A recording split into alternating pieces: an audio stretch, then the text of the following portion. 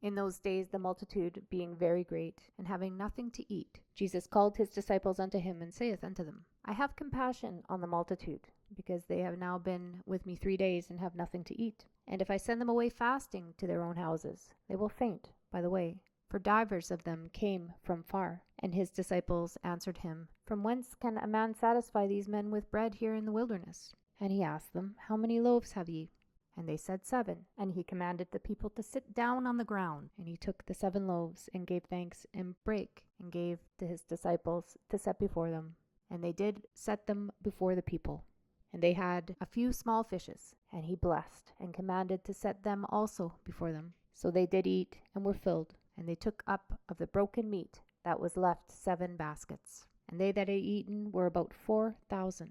And he sent them away. And straightway he entered into a ship with his disciples, and came into the parts of Dalmanuta. And the Pharisees came forth, and began to question with him, seeking of him a sign from heaven, tempting him. And he sighed deeply in his spirit, and saith, Why doeth this generation seek after a sign? Verily I say unto you, there shall no sign be given unto this generation. And he left them, and entering into the ship again departed to the other side. Now the disciples had forgotten to take bread, neither had they in the ship with them more than 1 loaf. And he charged them, saying, Take heed, beware of the leaven of the Pharisees, and of the leaven of Herod. And they reasoned among themselves, saying, It is because we have no bread. And when Jesus knew it, he saith unto them, Why reason ye, because ye have no bread? Perceive ye not yet, neither understand? Have ye your heart yet hardened? Having eyes, see ye not? Having ears, hear ye not? Do ye not remember, when I broke the 5 loaves among 5,000, how many baskets full of fragments took ye up? They say unto him, 12. And when the 7 among 4,000, how many baskets full of fragments took ye up? And they said 7.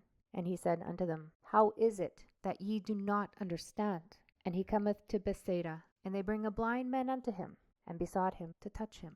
And he took the blind man by the hand, and led him out of the town. And when he had spit on his eyes, he put his hands upon him. He asked him if he saw aught. And he looked up and said, I see men as trees, walking.